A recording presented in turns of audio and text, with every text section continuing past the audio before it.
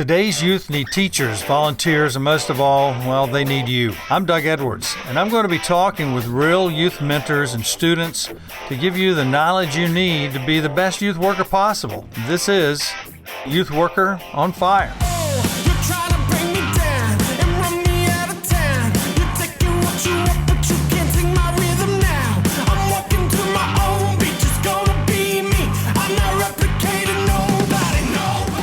Hey, I'm Doug Edwards, and today on Youth Worker on Fire, Dr. Gordon Greenhalgh is going to be speaking to us. He's a family therapist.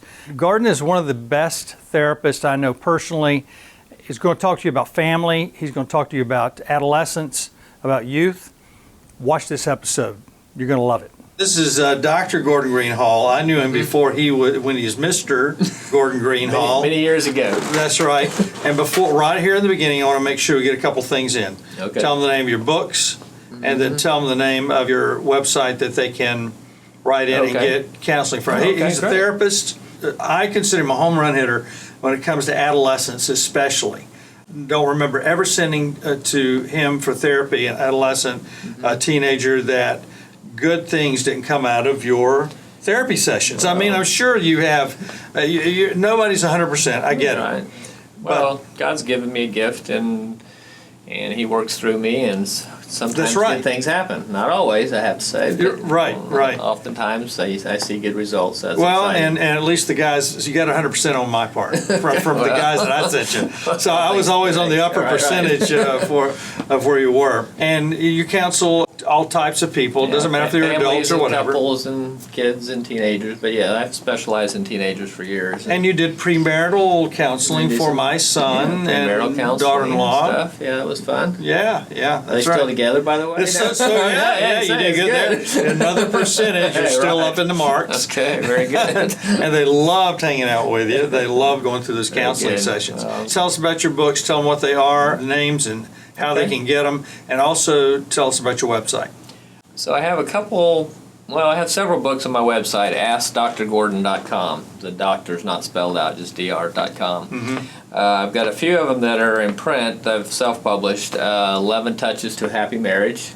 That's a short little book, so men will read it. That's the man book. So it gets to the point, a lot of practical stuff, 11 Touches to Happy Marriage.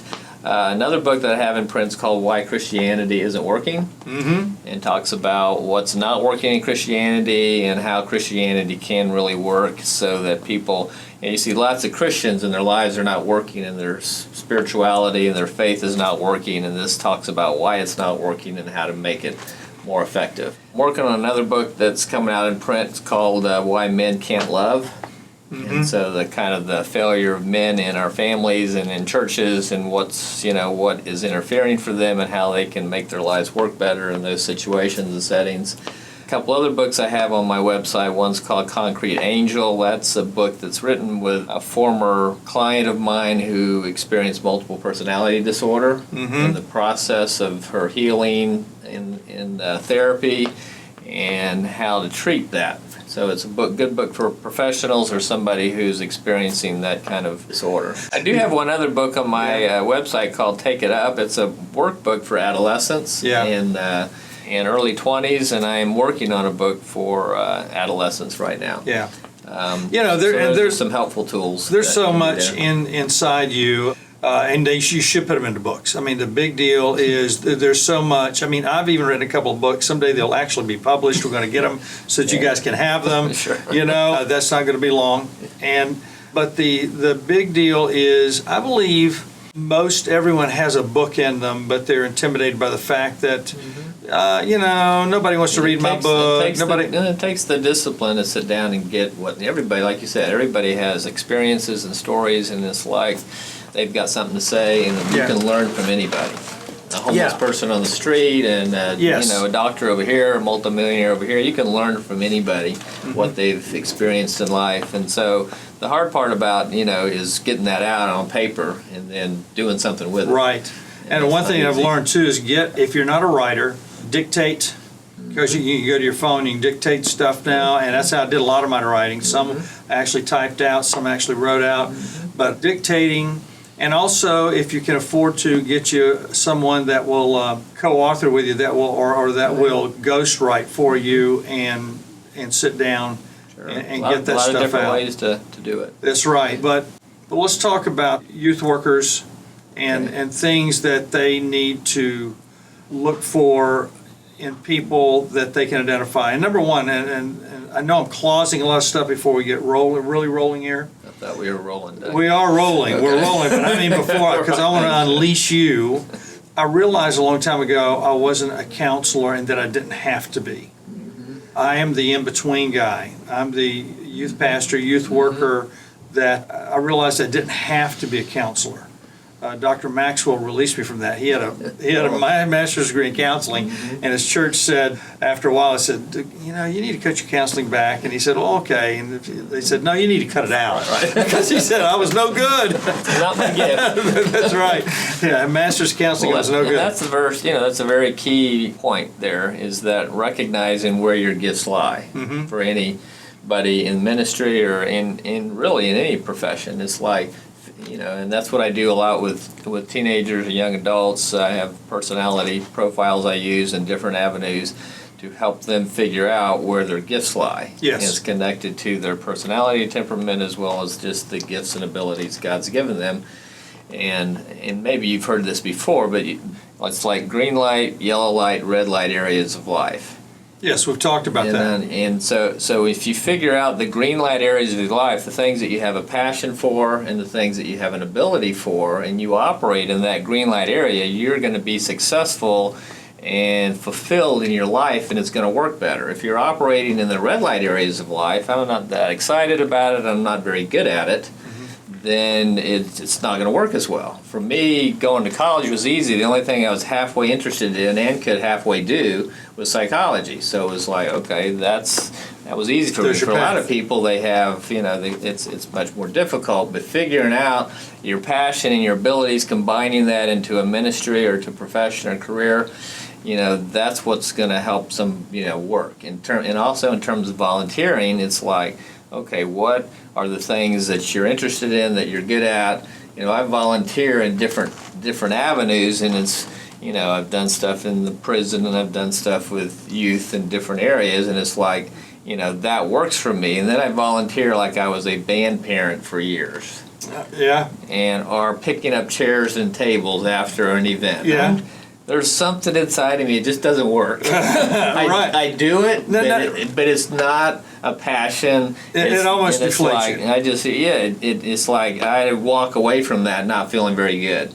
But if I'm helping somebody in another type of situation, so key to volunteer, key to work is figuring out what it is inside of you that God's given you and gifted you in that it's gonna work for you. Yeah, and we've all, I don't know if everybody's been there, but I know I've been there multiple times trying to figure out that thing since in my teens and 20s. And actually, everything was easy. I knew exactly what I was going to do until 3 years out of college. And then I was going, what am I doing? And I ended up in student ministry, and I went, I don't want this. but it was the right thing. It was the one thing that actually I didn't know I had a niche for. And the niche found me.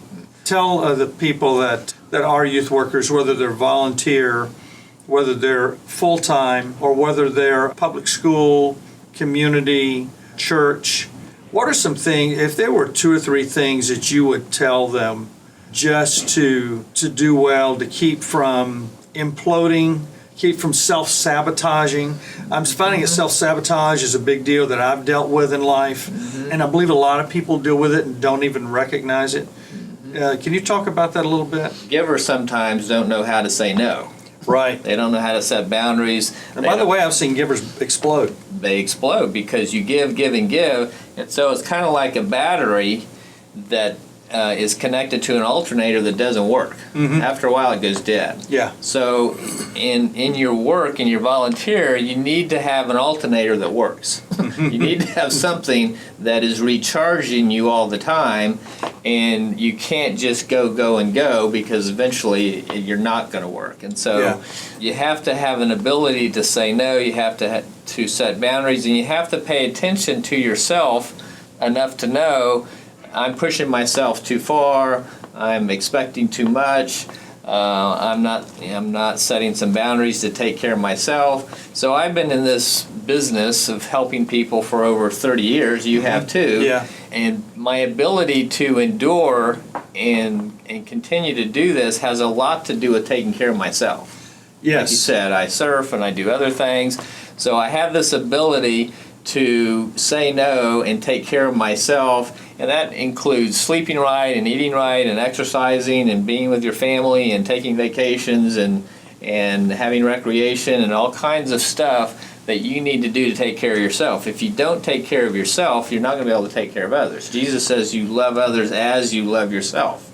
So you're taking care of yourself as you're loving others, not more than others, or love yourself less than others. It's right. We tend to do that when we're givers. Out. We tend to do less. Okay, well, I'll sacrifice over here, and I don't matter as much. And I think there's a low self-image deal.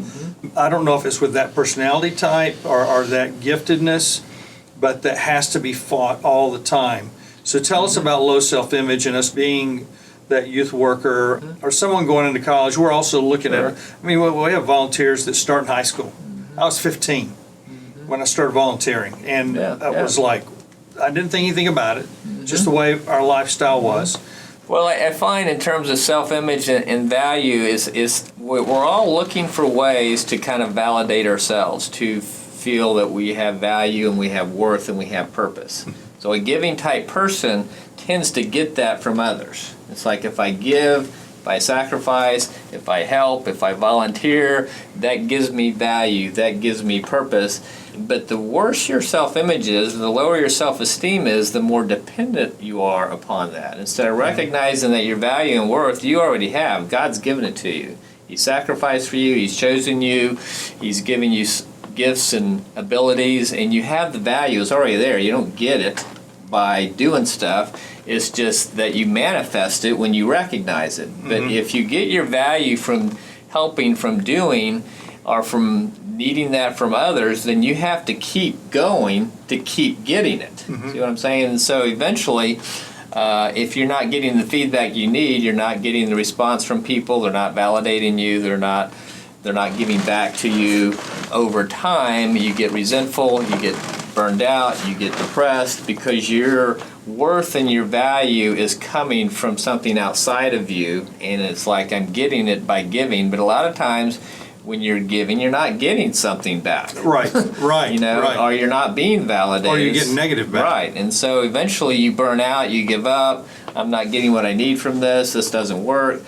All because you're dependent, too dependent, codependent is the word we use in professional. So you're too dependent upon that, not recognizing that your value. See, Jesus gave out of the value that He had. He didn't need to get something from people. He already had great value and great purpose, and He gave out of that. Instead of, I've got to give to get value and purpose. And that is, the model that is healthy and that we're to follow. And when Jesus was rejected or people didn't want Him or respect Him or whatever, it didn't take away from His value and purpose. He wasn't dependent upon it. And He just go on and continue to do what He does. In fact, He seldom react to their reaction. Right. Because He knew who He was, He knew what His purpose was, and He knew. And that's very difficult for many people, I think possibly, and this is just kind of coming to me, possibly those teachers and coaches that become administrators probably have found some of that to be true, because you can't handle that many other people of the position that you used to be if you didn't somewhere along the way finally realize where your purpose was and what you were giving. Does that make sense? Because I've seen teachers, volunteer workers complain about this, that, not all of them, complain about, this, that, the administration, the whatever, and yet those administrators a lot of times were in the very same position they were in, but now their attitude's different. Doesn't mean they're the best. There's good teachers, there's bad teachers, there's good volunteers, bad volunteers, there's good youth workers, bad youth workers, there's good administrators, bad administrators. You have to look at what is driving you, what is your motivation, where does your fulfillment come from? And so the more you understand that about yourself, you can be more effective in what you're doing and the work that you choose. And you're not as dependent upon external stuff to validate who you are. And you also have an ability to set boundaries and say no, because you don't have to please everybody. You don't have to prove yourself all the time or perform constantly. So you can say, I can't do that this time. I've got other stuff going on, and I thought about saying no to you this time, Doug. But I felt like kind of dependent upon pleising you, and That's so right. I was working on that. That's right, and I was playing on that. I was right. hoping maybe you couldn't say no to me, right? So tell me about students, though, how we see that in students and trying to stop it. There was a girl. She was talking to me one time. She says, "Oh, I'm playing so many sports." She says, "I said, well, tell me what sports you're playing." I said, "She's playing all of them," and they were overlapping. Right. And was she good enough? Absolutely, she was good enough. But she was an A+ student, top of her class, Yep. or top 5 probably if she wasn't the number one. She says, I don't know how to. I'm really kind of tired, because I'd see it in her. I'd see her face. She was tired. She's overextending herself. That's right. And it was either going into her second part of her junior year, which is, a real intense sports season. I said, tell me what's the sport that you like the least. And she named it. I said, why don't you drop out of that this time? Well, they need me. Right. They need me. So you've got these personalities and students. Sure. And she's replaced by the next one, because they're all there, We see it in adults, but how do we help students like that? And by the way, she did drop out of that one sport. Yeah, very good. And she needed to. I see adults and teenager students who are overextending themselves with, they've got to make straight A's, they're on the sports team, they're in the music, they're overdoing it. And so... And the parents are letting them. Right, and sometimes the parents are pushing them. Yes. Expecting them. And that's, one of the things you want to figure out, again, like I said earlier, is what is the motivation for that? What is the driving force for her? Is it her parents? Is it God? Is it her fear of failure? Is it the need to prove herself? Is it, what is going on inside of her that's driving her to overextend herself? First, you have to recognize, I'm doing too much. And I need to figure out how to cut back. And so the first step, like in any problem area, is like, okay, I've got a problem. I'm overdoing it here. The second step is, what's driving me to operate in ways that are not so healthy for me? And then the third step is, okay, so what do I do about that? If this is what's causing the problem, how do I fix that? If it has something to do with the pressure my parents are putting on me, how do I address that? If it has to do with just needing to be a perfectionist, and I can't fail. Do I have to please people? Do I need to be needed to prove that my value? What's going on inside of me? And then, like I said, then when you understand that, then you can kind of address that issue and then make some headway with that. If you don't do that and you ignore a problem area, even if you're doing good stuff, it can become a problem area. At some point, it's going to crash. You don't have a balanced life here. And you can do that for a while, but at some point in time, and I've seen adults in their 40s and 50s, they get cancer and they have autoimmune diseases and they have because they've given depression, too much. Anxiety, because their whole life they have been, in a sense, codependent in giving and sacrificing and putting up with and stuff that's unhealthy for them. And after a period of time, it just it breaks them down physically and it breaks them down emotionally, and you're not taking care of yourself. Again, I'm 60 years old and I have a full life, but it's balanced, and I have stayed healthy physically and emotionally throughout my life. Yeah, we talked about that because I set boundaries and take care of myself. It's very important, or you won't last. Yeah, and you've been through some severe pressures yourself. But one thing I've noticed about you, and I've known you since your 20s, and that is that you did have some release points. You had points that you would, and there were times I'd go, man, why is he going surfing? We don't have time for that. But it wasn't a matter of time for that. We don't have time not to do that. Right. Tell me on a weekly basis what needs to happen to release that pressure, on a daily, on a weekly, on a monthly, on a yearly, on a decade. Right. So And that's a good question. How do you take care of yourself? And it's not like, well, I'll take a vacation once a year and I'll take care of myself. Right. That's not going to work. And I've seen people who haven't taken vacation for 10 years. Yes. Like, and they're proud of it. Yeah, right. I what do you do on vacation? Right.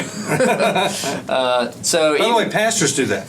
Pastors have been, pastors, I want you to listen to this, very bad examples of taking a weekly break, taking care of their families.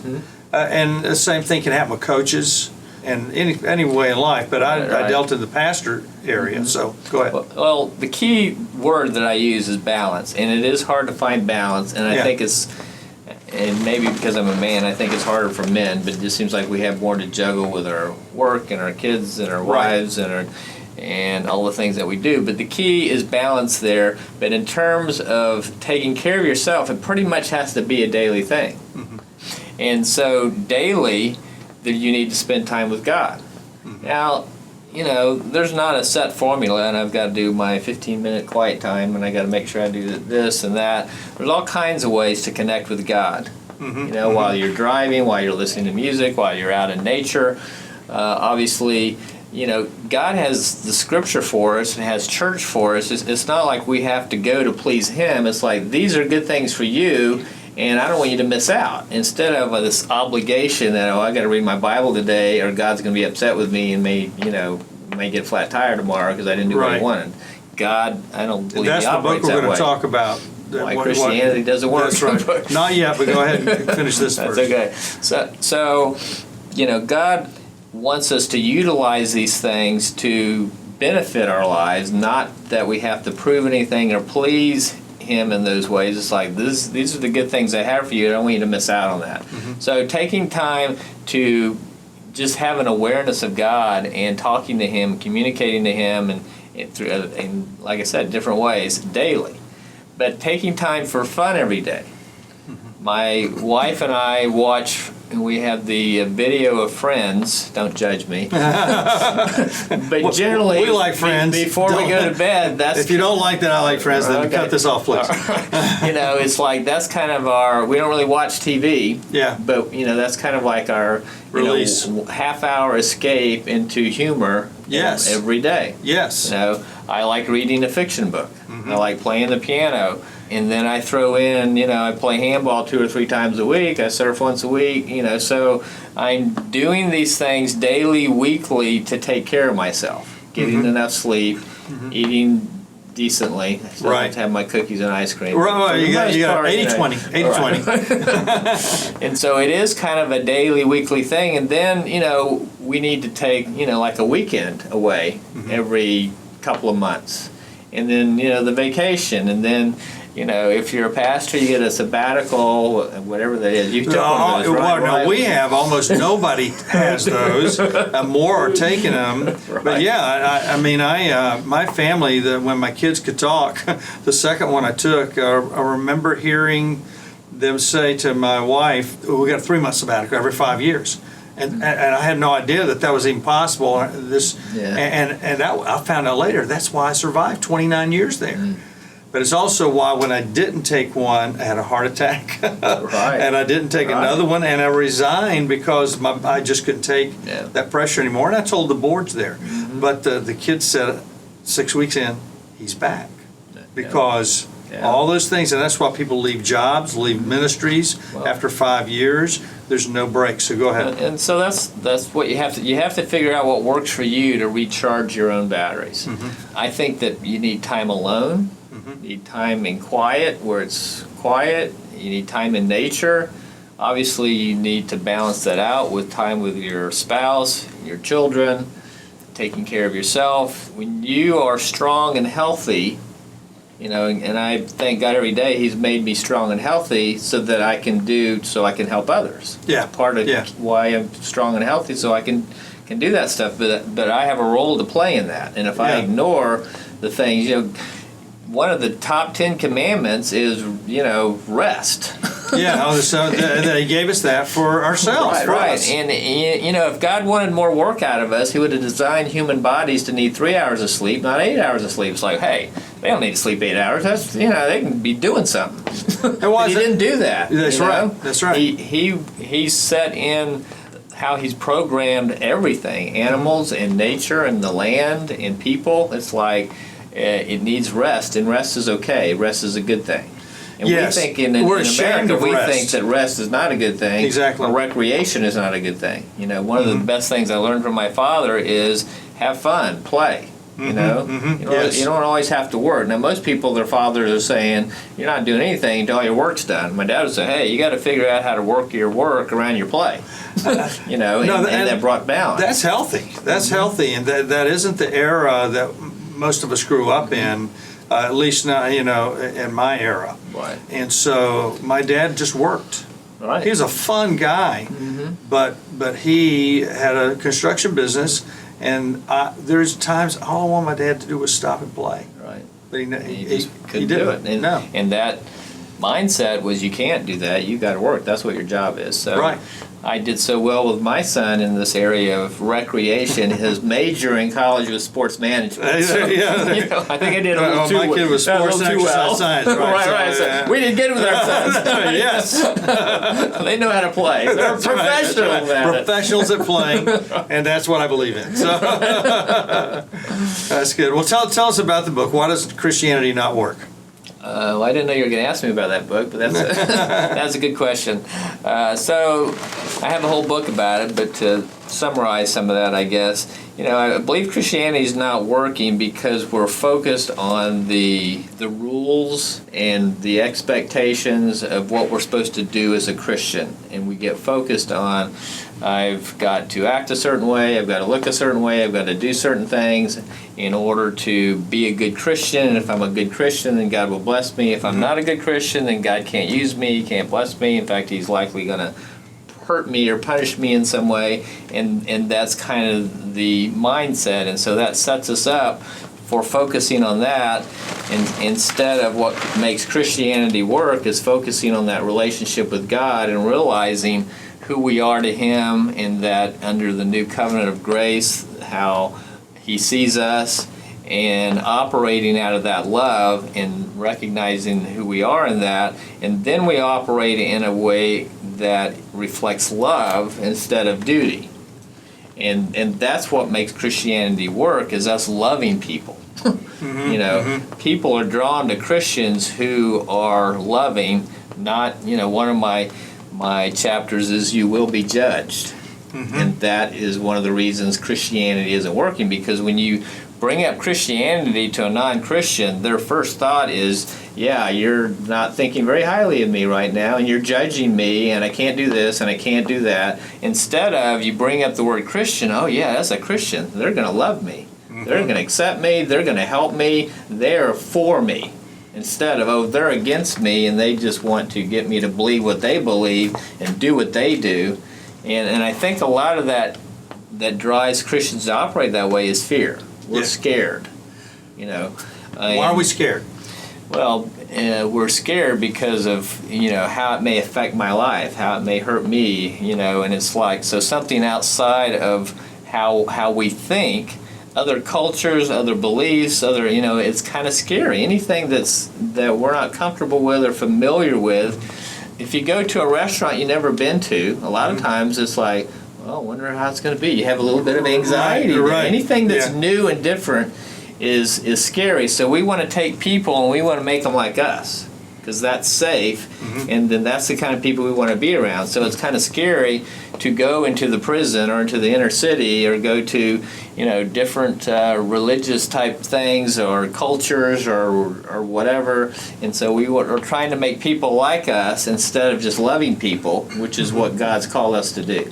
And if Christians are loving people, starting in their own families, we don't do very good with that sometimes. Right. Alone outside of our families, we're loving people, we're respecting people, then people respond to that. Yes. You know, they respond to love. They do not respond to, you know, so instead of at Disney World, you know, condemning the homosexuals and they're going to go to hell and we have our signs and marching around, we need to be handing out water saying, God loves you, you know, have a wonderful day. And I don't know if you knew about Andy Stanley doing that, but Andy, when he was, he's a pastor of a big church, North listen Point. To his podcast a lot. Right.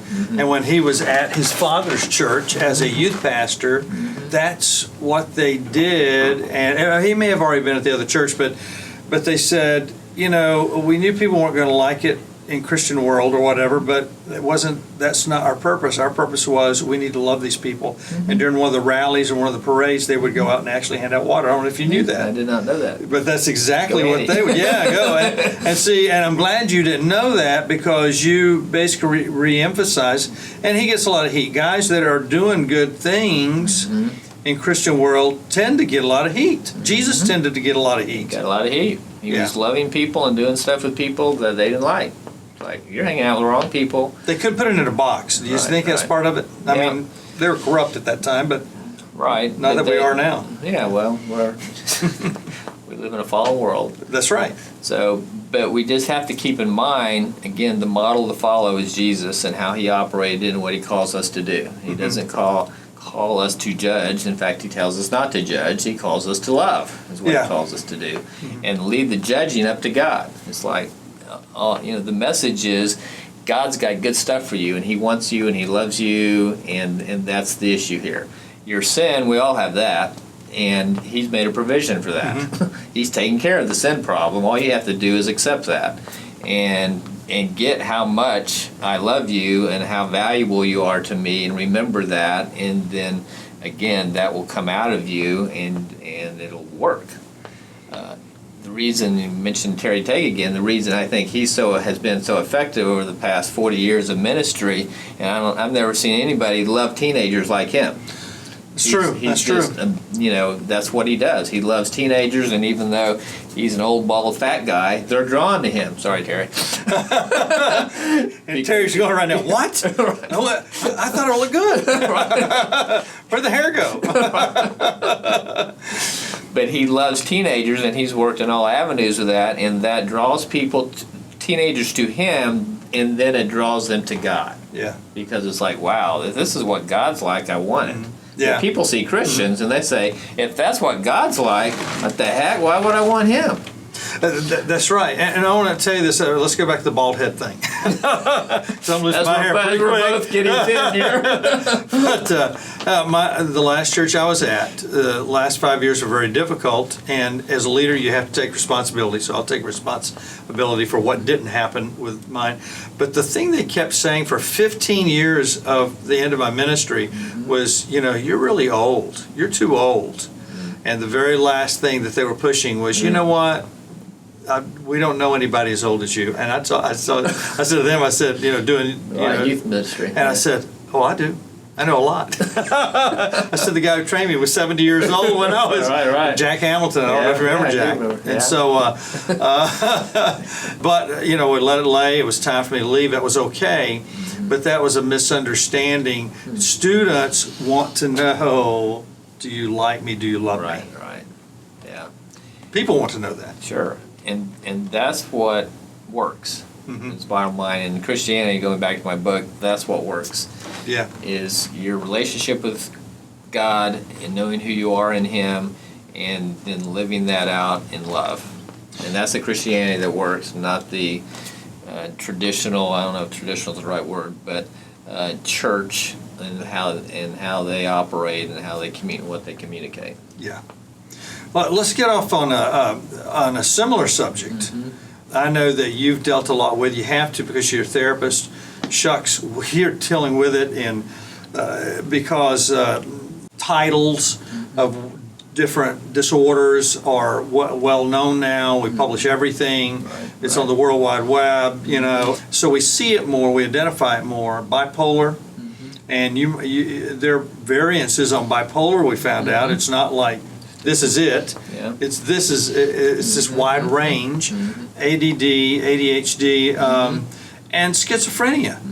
How do we, as youth workers, because I think a lot of times, whether we're teachers, get a little more psychology on that, but still you forget your psychology when you're in the midst of the war and the battle. You go through boot camp as a soldier, but all of a sudden the bombs start falling, and that's really what, if you didn't learn it well, you don't respond to the war. with the way you're supposed to. You have to learn well.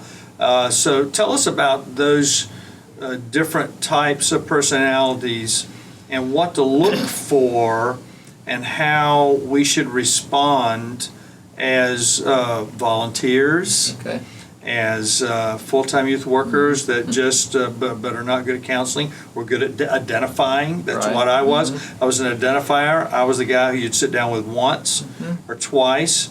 Now, you're going to be in my youth ministry all the time, but if you have those extreme problems, I'm going to send you to a specialist. Same with teachers and administrators. Well, so talk to us about that. Very good question, Doug. And it's a lot of misunderstanding in that in the community, in the church. So when I see somebody, I'm looking at three levels of problems and intervention, and that would be spiritual, biological, and psychological. And so a lot of times somebody has a problem, and so again, you want to be able to identify what is the source of that problem and intervene on that level. The problem in our community is a person goes to a pastor assumes it's a spiritual problem, intervenes in spiritual ways. We're going to pray about this, we're going to read the Bible, we're going to cast out demons, we're going to anoint you with oil, whatever.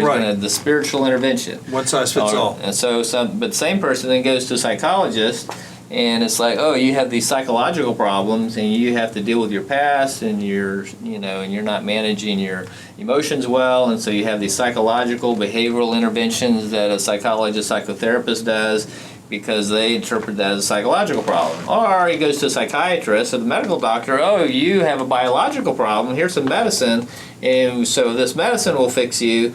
And so then, of course, you have a confused person. Yes. And depending on where they go. First. Right. So I've seen people who get harmed by all of them. Well-meaning people that are trying to help, but they have not diagnosed the problem correctly and they haven't intervened correctly, because if the person has a biological problem and they're getting spiritual intervention, but they really need medication, not that God couldn't heal them, it's not going to work. If they're doing psychological intervention and it's a spiritual problem, then it's not going to work. So you have to correctly identify what's going on here in people. So lots of times all three of those are involved. And so when I work with people, it's like, okay, you've got these spiritual issues going on, you have these psychological issues going on, and you got these biological issues going on, and we need to address this problem from all three of those things to treat you so that you get to a place where you want to be.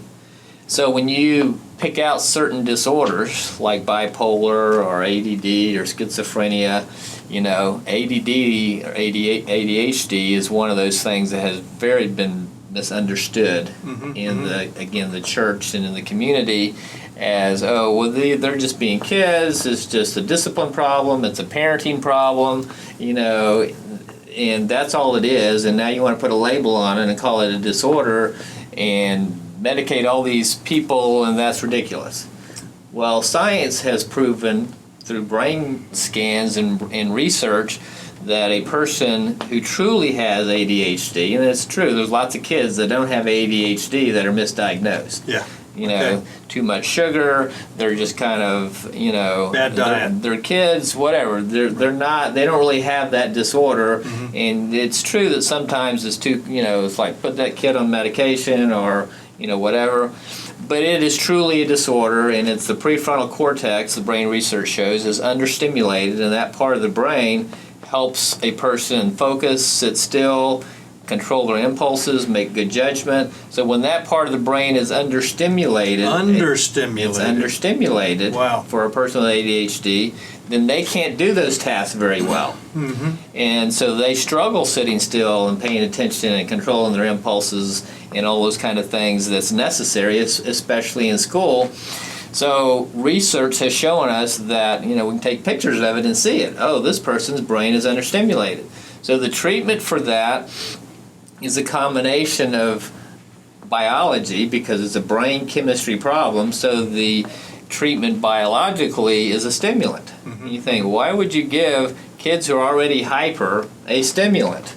Well, the stimulant stimulates that part of the brain, and now it calms them down. So a person with ADHD will oftentimes self-medicate with caffeine. They'll drink 10 cups of coffee a day, and it actually calms them down. Yes, because it's, Before, it was illegal to do, I guess. I don't know what's legal or not legal in public school world. But when we were first starting in campus life and Youth for Christ, all that, right.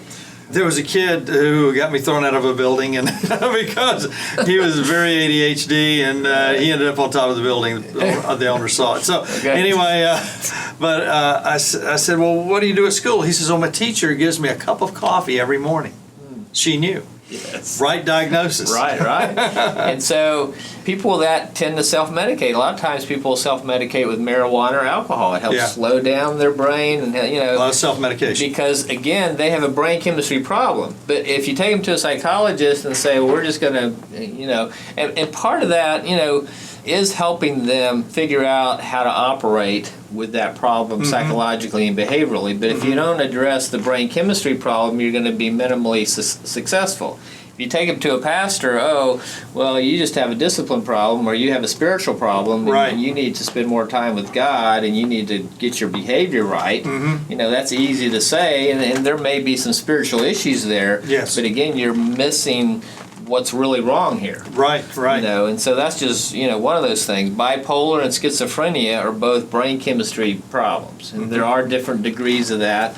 And so you have people who are acting out in some severe ways because their brain's not working right. Dr. Daniel Amen, a Christian psychiatrist, has done lots of the brain research and has written lots of books. One of them's called Change Your Brain, Change Your Life. And so he has done the brain scans and the research, tens of thousands of them, and he's written lots of books, Healing ADD, Healing Anxiety and Depression, but he talks about how the brain is impacting a person's behavior, and there's different ways to change the brain. You don't always have to just take medication.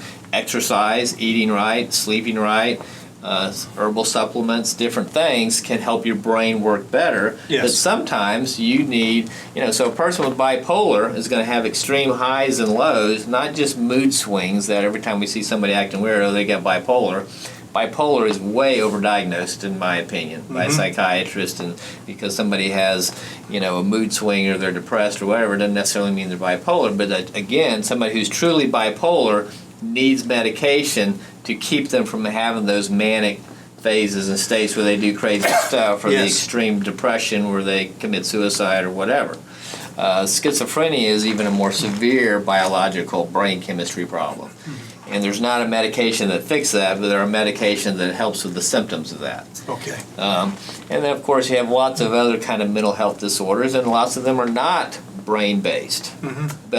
And then you have people who, are experiencing emotional problems, behavioral problems, and it is a spiritual issue. And there are things that they are believing incorrectly about themselves, about God, about things that are even on a demonic, evil level that may be affecting them or oppressing them. So I've dealt with things, from schizophrenia to demon possession, But if you say this person who's schizophrenic is demon possessed, and you're trying to cast out demons instead of giving medication, it's not going to work. Right, okay. And so that's where it's kind of critical to have a accurate diagnosis, and when it's kind of out of your league, like you said, and you're very good about that, Doug, you're like, okay, this I'm sending them to you. That's right. And there are situations. I was fortunate to have somebody that I really trusted to send them to. Well, and I did. And there are situations that I see, it's like, well, I'm not so sure about this, so I'll call, a doctor friend of mine or another therapist. It's like, what are, I don't know exactly what's going on here, or what do you think, or that sort of thing. That's true profession. Nobody knows everything, and some situations are more difficult than others.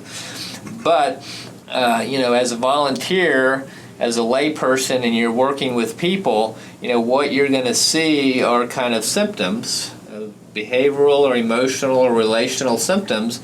And when you see that, you just want to explore that with them. You want to ask them questions about, factors that might be affecting them. So when I do my initial intake, I'm asking them questions about all the possible factors that could be affecting them in their present, in their relationships, in their past, even questions about caffeine. It's amazing how many times I told somebody, if you stop the caffeine, your anxiety problem will go away. And they go back next week. man, I'm a different person just because they stopped the caffeine. Really? Sometimes it's as simple as that. Right. You know, Yeah, so we were made up you different explore it. chemically. Yeah. Everybody's brain's very different, and that's why. And it's a computer. We should understand that as just lay people more, because we're so ingrained with technology, computers, and it's the thing that's running the entire body. Oh yeah, and if that's not working right, then it's going to be breaking down. So you want to pay attention to what you're seeing with people, explore that with them, and if you can kind of get a little bit of handle on what's going on there, maybe you can help them and you can kind of figure that out. Oh yeah, this person is acting like this because at home, you know, their parents are getting divorced. Or their job, their boss is just they're stressed out, and you can kind of figure that stuff out.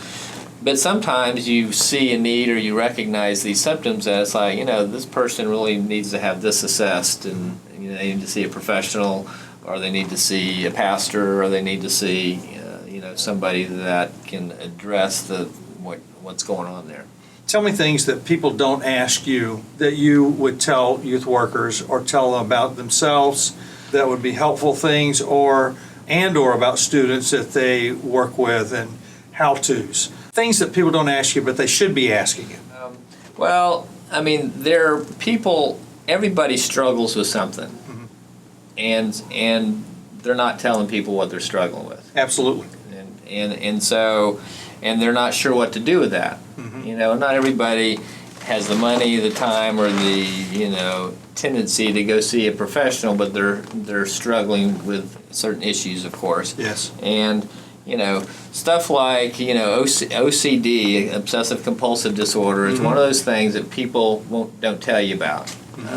They have to turn the lights off 7 times before they leave a room, and then they have to, you know, they can only eat certain color M&Ms, or they do weird stuff. And it's like, this is weird stuff. Yeah. OCD is kind of weird stuff, and they think maybe they're kind of crazy, but they don't want to tell anybody, so it's kind of embarrassing. Yes. Some people won't tell you that they're having anxiety attacks, or that they have weird, you know, panic attacks, or lots of anxiety, or that they're super depressed, or that they have a porn problem, or that they have an alcohol problem, because they can kind of keep functioning. And so they got, you know, people have issues going on, and they don't know what to do with that kind of stuff. So, you know, one of the things is there are so many resources out there now, and online, books, so you can find help with whatever your issue is, even if you don't want to bring somebody into that. So number one, again, admit to yourself, I have a struggle here. I need to do something about this. And so the first step is, again, acknowledging there's something wrong here and I need to do something about it. The second step is, what am I going to do? So again, go to these resources and try to identify what's going on. Now, I know there's a lot of misinformation too. You can get all kinds of crazy stuff out there. Yes. But nonetheless, do research on what's going on with you. And then third, okay, now that I understand this, how can I make some headway with this? How can God help me with this? How can a trusted friend help me with this? Should I see a professional? Maybe I need to talk to my doctor, talk to my pastor.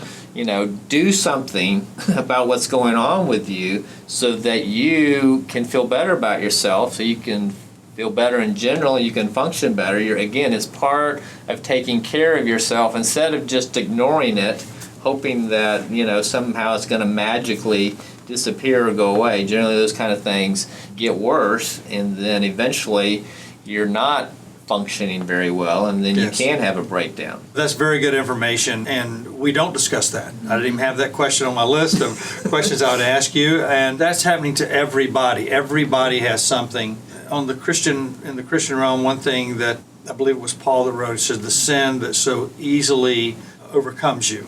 And what he's saying is everybody got something. Yeah, right. He had his thorns in the flesh. That's he was right. complaining about. Right, he had his own. Right, and it doesn't matter how perfectly you look. People who have perfect images, perfect cars, perfect houses have debt. People who dress perfectly and say all the perfect words have porn addictions, have we all struggle. Different types of, gambling addictions. Yeah, I mean, all kinds of stuff. And so we're all human. We all struggle. God wants to help us. He's not against us. And if people can just get that, He's there and He's on our side, and He's not condemning us. He's not punishing us. He took care of all that on the cross. Yes. He wants to be there for you, and he wants to comfort you, and he wants to direct you into healthiness, not guilt you into duty. He wants to love us into health. And when we can get that picture, we're going to be drawn to him and pursue him instead of, oh, God's fed up with my problem. Right. He don't want to hear about it anymore. I've Yeah. not made any progress. tired. I'm waiting for the big shoe to drop on my head. Yeah. And that's not God. So then that gives us hope. And that causes us to pursue him, and then that can bring about healing and change in our life instead of you live in fear and guilt and condemnation, which is not him. That's from Satan. That's evil. Yeah, yeah. Let's talk about marriage, because if you're married, if you're in your shucks anywhere from 18 to 103, you may have been married or might be married. How do you protect your family? How do you protect your relationship with your wife and husband? Well, that's critical because, like you said, most people get married, and they're in a marriage, or they want to be married, or they don't want to be married anymore. You know, and even personally myself, I've been through a divorce myself, as you know, years ago, and so I've had my own struggles in that area.